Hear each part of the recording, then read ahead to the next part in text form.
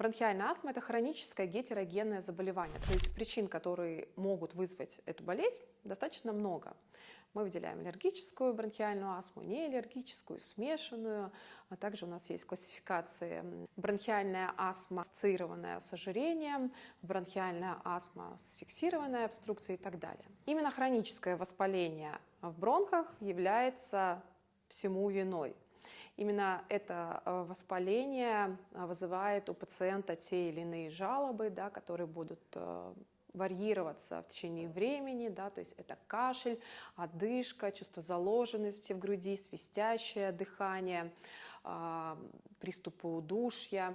Симптомы могут усиливаться в ночное время и в предутренние часы.